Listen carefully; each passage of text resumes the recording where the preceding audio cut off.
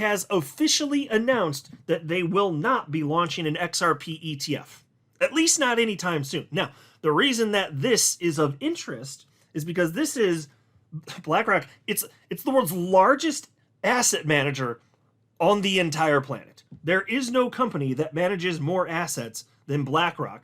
I don't know what the current number is, but I think it's like 10 or 11 trillion dollars in assets under management. So whatever they say goes. They lead the market. And the fact that Larry Fink, the CEO of BlackRock, ultimately gave the green light to Bitcoin and the spot Bitcoin ETF concept, that's what got everyone in the world of traditional finance to just jump in and accept it. He is that type of power player.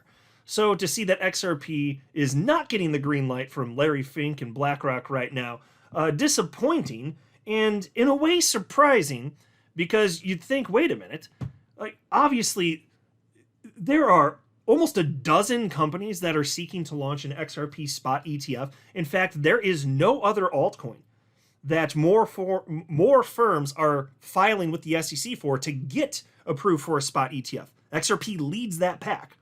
So why the hell wouldn't BlackRock be interested then?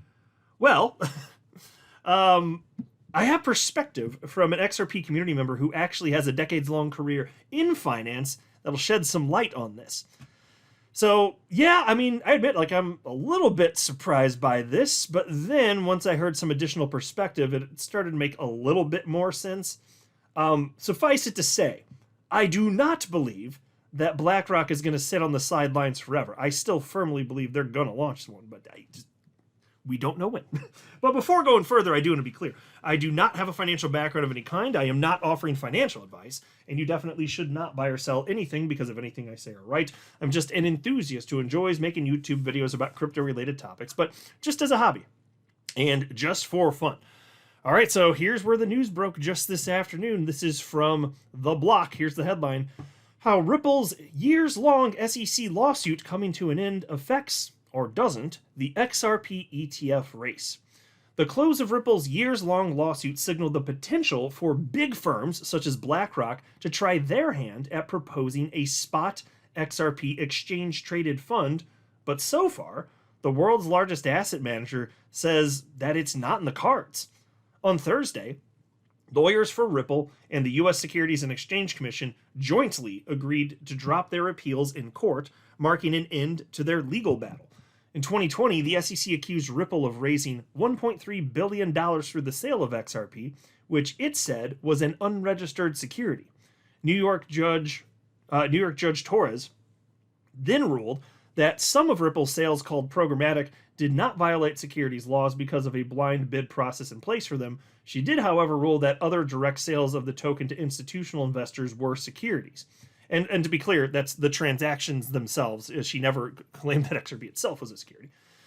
Anyway, after Thursday's news, president at Nova Diaz Wealth, Nate Garaci, formerly the ETF store, by the way, said it's possible that BlackRock was waiting for the lawsuit to end before filing for an iShares XRP ETF. In my opinion, it makes zero sense for them to ignore crypto assets beyond Bitcoin and Ethereum, Garaci said in an X post. Otherwise, they're basically saying Bitcoin and Ethereum are the only ones that will ever have value. Bold. And that was a direct quote from him. In a Friday morning, this is where, life comes at you fast sometimes. I feel bad for Nate Garaci here. Because I think that his line of thinking is perfectly rational here. But, man, I'll just say, I still got to acknowledge, and it's kind of funny just because of the timing of it.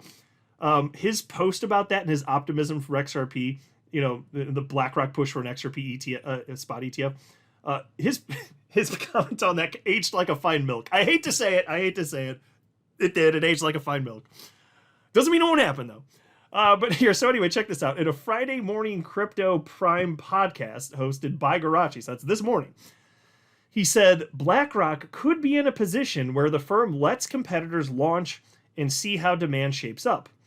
BlackRock, which currently lists and trades Bitcoin ETFs and Ethereum ETFs, said it does not have plans for an XRP ETF or Solana ETF. And so here was the quote from a BlackRock spokesperson on Friday after Garaci had said, Nah, they're probably just waiting for the court case to end and they'll launch an XRP ETF. And so here's the BlackRock spokesperson quote. At this time, BlackRock does not have any plans to file an XRP or Solana ETF, end quote. So it's not just XRP. They are keeping it for now anyway, strictly to Bitcoin and Ethereum. I do not believe for a moment it's going to stay like that. Here was my initial reaction upon seeing this news in the afternoon. I wrote, BlackRock announced it currently has no plans to launch a spot XRP ETF. They have ceded territory in regard to this gigantic opportunity, and their competitors must be thrilled. BlackRock will one day regret this and likely course correct as XRP increasingly becomes a dominant force in the crypto space. They'll arrive, but they'll be late to the party. Okay, and so I will just say, I firmly believe this. Any competitor to BlackRock, they have to be jumping for joy upon hearing this, because BlackRock could just eat their lunch with very minimal effort. That is how powerful they are. So they've all these other firms, the 11 firms filing for XRP spot ETFs, they're still going forward. They're like, hell yeah, you know they have to be, right? And so BlackRock seems to be fine arriving late to the party. And still there's the question of why, but stick with me because I have a pretty good answer to that, actually. And it comes from, like I said at the outset of the video, an XRP community member who actually works in finance. There's this response from Crypto Crows who wrote in part, oh, you mean no one's asking about crypto, Larry Fink? Yeah, that's a good point, Crypto Crows. Because Larry Fink, very shortly before saying, we're not going to launch a spot Bitcoin ETF, very shortly before that, he's like, we're not even getting questions about this. There's no demand for this. Nobody even wants it. He was saying stuff like, I'm paraphrasing, but that's the message he was delivering. So things can change very quickly. There's something one day and the next something completely different. So I still firmly believe BlackRock is going to jump in and have a spot XRP ETF. It is just a question of time. And so here was Nate Karachi's post literally just last night. And here's how it reads. And he's the president of, again, Nova Diaz here, formerly the ETF store. He says, yes, I think BlackRock was waiting to see this before filing for iShares XRP ETF. And he's sharing the official document. The news broke yesterday, you all know by now, of the SEC and Ripple jointly filing this document saying, hey, we're getting rid of the appeals. And so Nate then said, I'll own it if I'm wrong. In my opinion, makes zero sense for them to ignore crypto assets beyond Bitcoin and Ethereum. Otherwise, they're basically saying Bitcoin and Ethereum are the only ones that will ever have value. Bold. And so I will say this. You know what this made me think of? It made me think of Coinbase and how back in the day, they had literally, and this is the case when I jumped into crypto in 2017, they had 3 coins for sale. Coinbase had 3 cryptocurrencies on their platform. And that was 2017, so they'd been around for a number of years. They had Bitcoin, and they had Ethereum, and they had Litecoin. And then at the end of 2017, they launched Bitcoin Cash, but that wasn't too surprising because that was a fork of Bitcoin anyway. So like everybody expected that was coming. So then there were 4.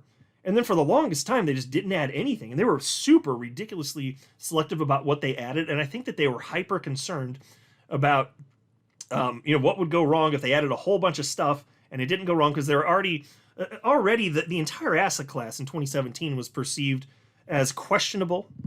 And given that was the perspective, I think that Coinbase, because they wanted to be the most trusted, reputable source in all of crypto for buying and selling crypto, I think that they were willing to cede that ground to competitors. And it makes me wonder if BlackRock, to some degree, is just like, okay, we've already jumped in. We cannot afford to sully our name. Here we are. We got Bitcoin, spot Bitcoin ETF. We got the Ethereum ETF. Let's just sit back. We know we're powerful. Let's just sit back and make sure everything's hunky-dory and then move forward. So I'm wondering if it was that type of mindset. And after I read perspective from another XRP community member who I've referenced twice now, I was thinking, yeah, actually, that does make sense.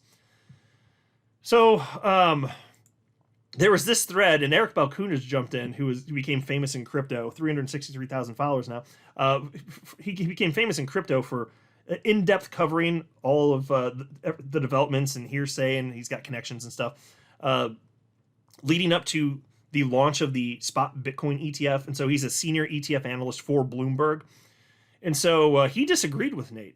And this is yesterday before we found out that Nate was wrong, at least in the short term. Eric Balchunas said, I don't think so.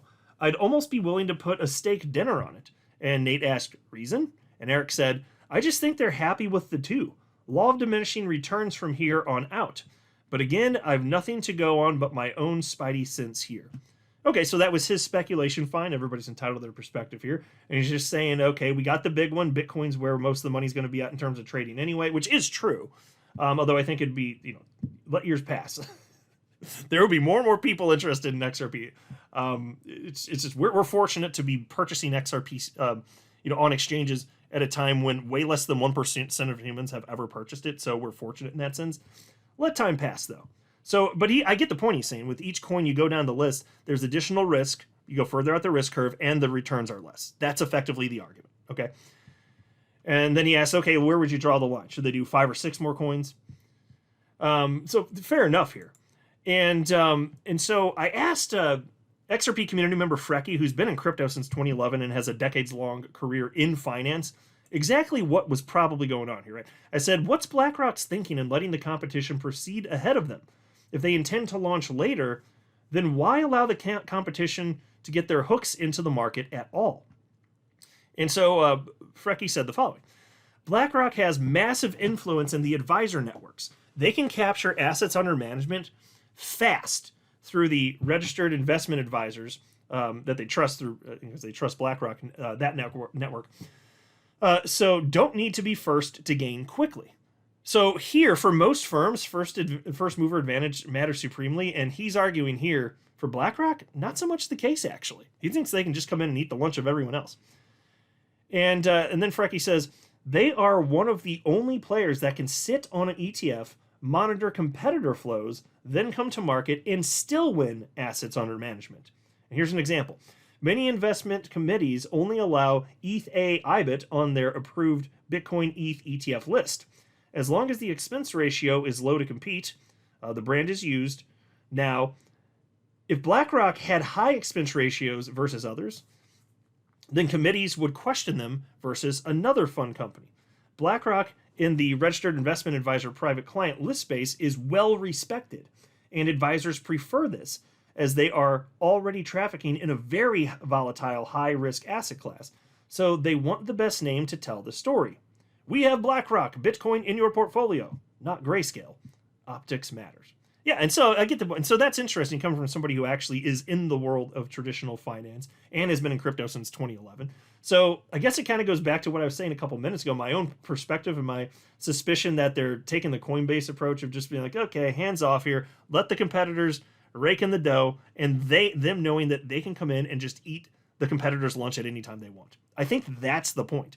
So if they want to, if that's their calculus, okay, fine.